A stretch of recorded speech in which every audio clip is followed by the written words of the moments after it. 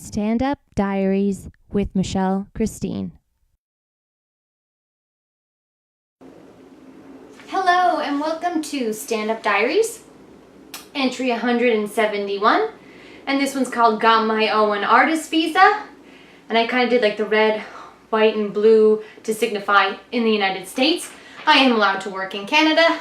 I'm allowed to work in Great Britain because I'm a British citizen too, and in all of the EU, which is cool. So now, finally, the long-awaited being able to legally work as a comedian in the United States of America, which I think those three bases are great. Like, Canada's obviously my home and I love it there. Love traveling there, and all of Europe. There's, the UK speaks English, and most countries, honestly, in Europe have a great educational program where a lot of people speak English as their second language, but very well. Like, I know in Germany they speak it very well, and a lot in Finland. So I've met a lot of people in LA from Europe, and I'm always kind of surprised at how well they can carry a conversation. So comedy, there's a lot of nuances, and you do really have to understand the language well, but language barriers can also be a point of humor as well. So I could try to say something in their native language, probably bugger it up a little bit, and then it's going to be like a funny moment. So I could definitely see doing a tour of Europe in the future for sure. But the O1 visa, and I probably talked about it a little bit in previous diaries going back a long time ago about building comedy portfolios, because you need to submit a portfolio to get your O1 visa.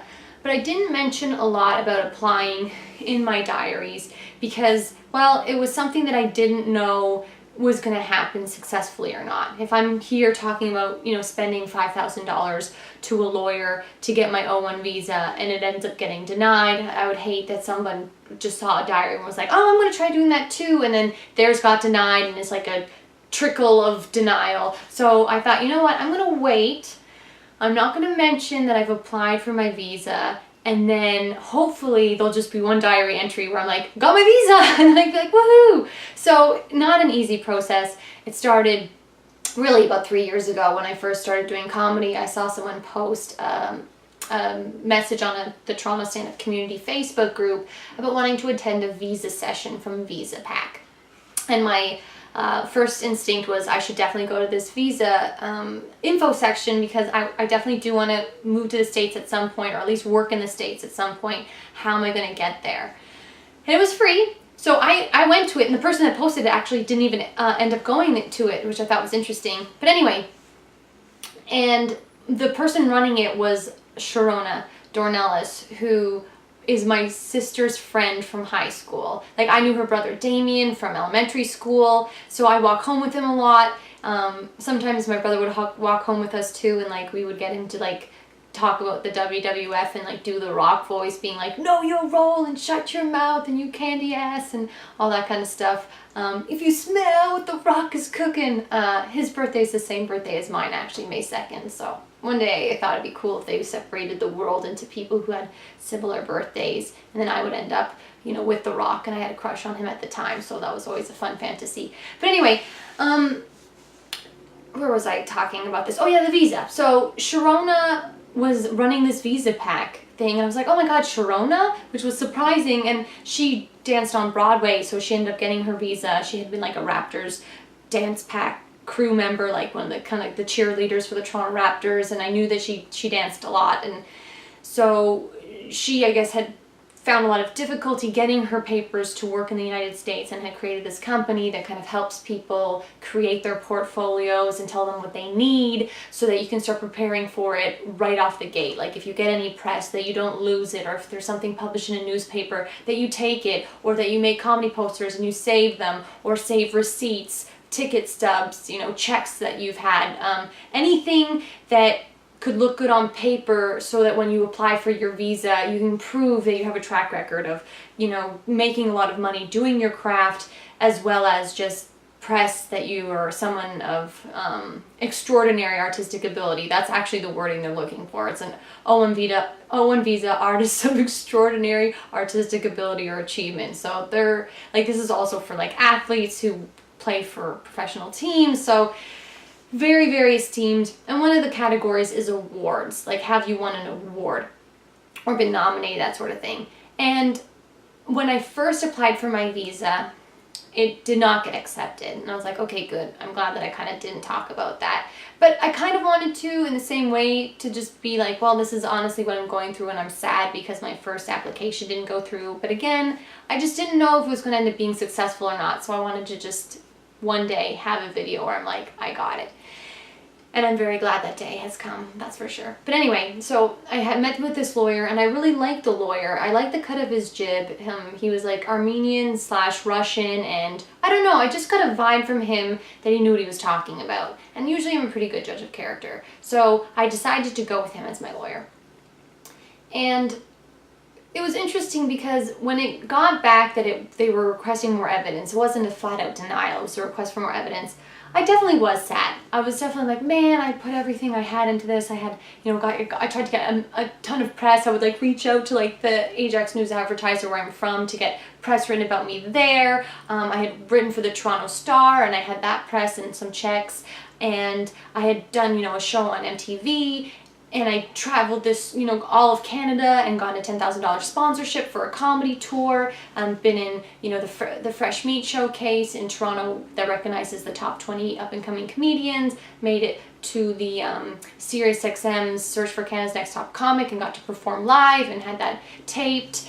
And what else to do? Did the Border City Comedy Festival in Windsor, and, went on to the semi-final after I had a good performance. So there's a lot of things that I had done that I was showing hey, I've been doing comedy for just about 3 years, and look at all the things that I've done. But they don't sit in immigration and watch a YouTube video and think, oh, she's funny. They literally have just a set of criteria, probably just a few check boxes, like, have they commanded a large sum? What kind of awards have they won? What kind of press have they received? And I remembered that I'd actually been nominated for Best Show for my Wizard of Ossington show from the iHeart Joke Awards that is run in Toronto. And they run it through the Comedy Bar, and it's run through the North by North West Festival before. And I was like, you know what? I have. And it's kind of like peer industry nominated.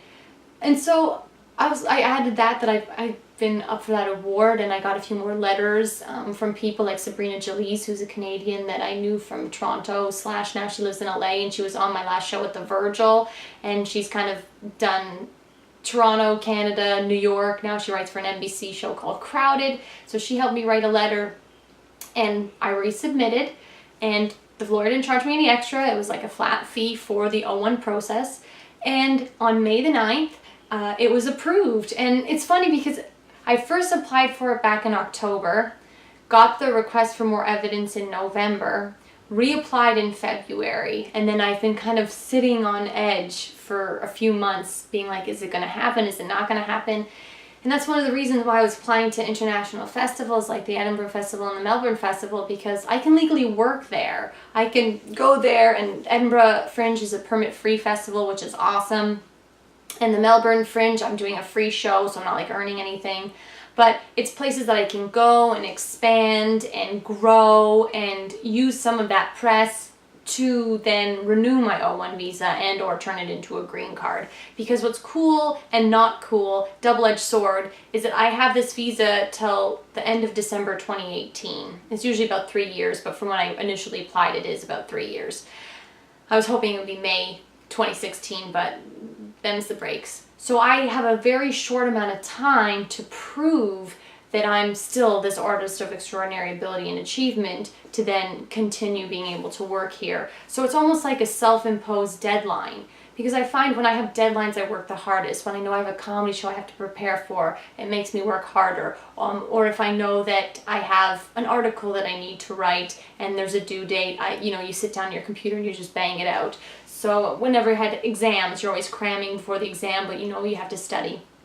So I really found that maybe this time window that I have where I have to prove myself is going to propel me to continue growing at a quick pace and not letting up. And right basically within the first 6 months of me having this visa, I will have 2 international comedy festivals as well underneath my belt. Plus I'm saving everything that I already have. I'm working with BMW because I did that off-road academy, so I want to try to get into adventure writing with some comedy to maybe get published. Either I created my own website to have it as a personal blog, or to reach out to motorcycle magazines and or websites and have it featured there. And yeah, so I guess that leads me to 2 different things. The BMW Off-Road Academy. So I love adventure, period. And I love motorcycling. So I thought, well, what if I watched Long Way Round and Long Way Down with Ewan McGregor and Charlie Boorman, and it looked freaking awesome. And I was like, wow, this is like something I would love to do, like documentary style with some comedy, maybe some actual writing for websites, whatever, GoProing, and just going to crazy parts in the world on a motorcycle and just having a hell of a good time. And so when I saw that, it made me think, okay, who should I be put in touch with? And I had this contact at BMW from, my Toronto Star Days, and I reached out to him and said, look, this is what I want to do. And then I went to this BMW Off-Road Academy because he's like, look, I want you to start adventure writing. That sounds great. We got this place, up in SoCal. Let's send you there. And it was crazy. It was so much fun. I took Dean's Husqvarna for the first couple of days, and I fell off that thing so many times. Like, oh my God, I have like bruises all over my body. So for the first 2 days, I took that. But it started leaking a little bit of oil, and they were like, well, if the last 2 days are going to be like going out into like the Mojave and camping out, and the mechanic's not going to be easily accessible, so we kind of want you to take a BMW for the last 2 days. And they were all booked up, and that's why I hadn't taken them initially for the first 2 days. But one of the ladies wasn't doing this Monday, Tuesday adventure after the weekend, and she had like a GS 650. So I took that motorcycle, and it was so awesome. Like, the seat was so much more comfortable, and it was easier to handle, and the throttle was smoother, and it was just amazing. So I kind of was like shit in the bed for 2 days. Like, I didn't give up, but to then be able to ride this BMW after that, I felt more comfortable on, a lot more comfortable, like when I was on my Ninja 250 that I had for like 4 or 5 years. It was great, and it was great to see people be like, wow, like you've improved so much, or like we really are, like we appreciate your tenacity because, it's paid off for you, and now you have this bike that you're really rocking on. So it's just so much fun. So I wrote something for that, and I was like, well, I want to host it on something.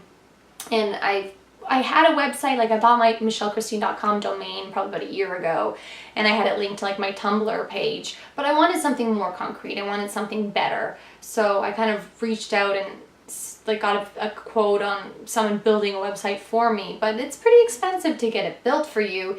And so my friend Dominic, who I know from a Reddit meetup group for people who love Survivor, we randomly met one time. He's like, yeah, I have the week off, let's pick a date and work on it. So I went over to his place, and then we worked on it for an afternoon, and then the past couple days I've been working on it too, just updating and improving it a little bit, and I think it looks great. And so the money that I saved that I was gonna spend on somebody to make the website, him and I decided to take Sketch 101 at UCB, the Upright Citizens Brigade that like Amy Poehler and Tina Fey were a big part of. And I've kind of had a few sketch ideas in my mind before that I've never done because I don't really know how to do it. And Dominic, he's doing a New York Film Academy program he wants to direct. So he's like the perfect person to kind of partner with, because I think he'd be good at kind of the filming and the editing, and I'm good at like the idea making and the funniness. And so it'd be cool if you kind of found a couple other like-minded people and had like a little bit of a sketch group come out of that. That'd be super awesome. So I'm very excited. That starts June 1st and it runs to the 20th of July, and then the following week I leave for Edinburgh. So it like fits in perfectly, this 8 weeks of doing this Sketch 101 class. So I'm very excited about that. And I'm kind of proud that this website came together. So it can host a blog, and I've already written one because yesterday we went to a viewing of this movie called Hardcore Henry. And he gets some tickets to fun things sometimes that his school puts on. And then after, the 2 actors who kind of filmed it, because it's point of view, and so they wore a GoPro, and it was kind of like a single player mission of like Call of Duty or like a Left 4 Dead type of thing, where you can kind of just see him shooting and just like immersed in it. And they are gamers, and they're like, yeah, it's actually kind of what we were going for. And they also parkoured, like they jumped through walls and up buildings, all this crazy stuff. So they kind of match their parkour love with their love of sharing it with the world and filmmaking and photography. And I find that people are so like multi-talented these days. You don't just find someone, say a comedian, they're a comedian, but they're also a sketch person, they're also a director or a writer. And then these guys were very multi-talented, you know, very athletic, but very artistic, but they also had great ideas for movies, and they made a cool music video as well. So that was a very interesting thing. And hearing them talk about how when you improve step by step. Like, they didn't just get to where they're screening this movie. You know, it started with enjoying parkour, working hard at it, loving their passion, deepening their skills, mirroring that with other interests, making a few like YouTube videos, making a music video, then making a movie. Like, if you have this pond and you want to jump across the pond, you're going to fall somewhere in the middle and you know, start to flail. But if you jump from stone to stone to stone, you can, you know, get through the pond without getting too wet. So that's kind of like how you build success, is incremental improvements. You don't just, some people are, but most people aren't overnight successes. They work very hard incrementally and get where they want to go. So happy about the website. Love the BMW Off-Road Academy. It would be my dream to just continue the program and get better, because the next step is very difficult from what I've heard. So I'm going to have to really like brush up on my skills. So I'm hoping to find a bike that I can kind of use maybe over the next couple months to really get my skills where I want to go, because Dean takes the Husqvarna to work every day, so it's not really as practical for me to use. So hopefully maybe BMW and I can come to some sort of arrangement where I can start practicing on a bike, so I can get really, really good at it, because I'm one determined motherfucker when I want to be. So that's pretty cool. And yeah, my next show at the Virgil is going to be June 18th. It's Price is Right themed. It's going to be called Come On Down, Let's Laugh. I've been tweeting Drew Carey to no avail, but I'm persistent, so maybe one day he'll come and do the show. So I thought if I centered a show around him, around the show that he's on, the theme of mine, that is, he might come. So I ordered these custom-made things on Pinterest. My sister ordered them for me from this woman, that were just like the stickers for the Price is Right, so that everyone who comes to the show like gets a sticker, which I thought would be fun. We'll maybe have some gag prizes and do a couple like mock games throughout the show, which I think would be super fun. And also, I can't wait for the poster. So it'll be good. The last diary, it was me in my outfit for the photo shoot for the poster. So I've sent out those pictures to Wojtek, and I'm sure over the next couple days he will have something fun to hand to me. So I'm very, very excited about that. And I definitely used as the home page.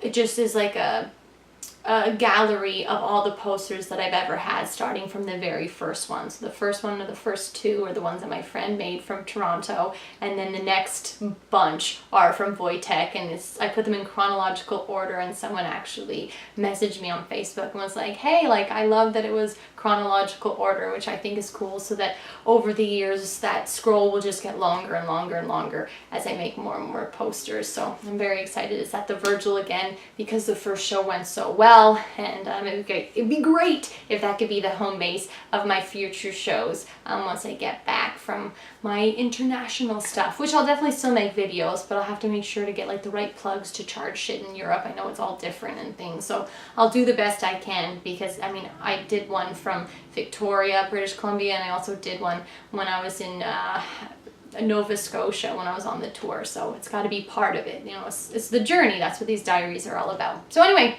life is good, got my visa, things are moving forward, but you have like a momentary blip of happiness for getting something like my visa, but then like almost immediately after, it's like, okay, now I have to prove in the next 2.5 years that I can get this visa again. So I don't really celebrate much. I'm kind of like, okay, what's next? What's the next move? So that's kind of how my mind thinks. It's hard for me to just take in happiness, because I'm always constantly like, how am I going to move forward? So, but sometimes you do have to sit and reflect that, hey, it was a kick-ass thing to get, and I'm proud of myself. Anyways, this has been your next edition of Stand Up Diaries. I'm going to wake up my dog. I feel kind of bad. This is Kuza. I have been Michelle Christine.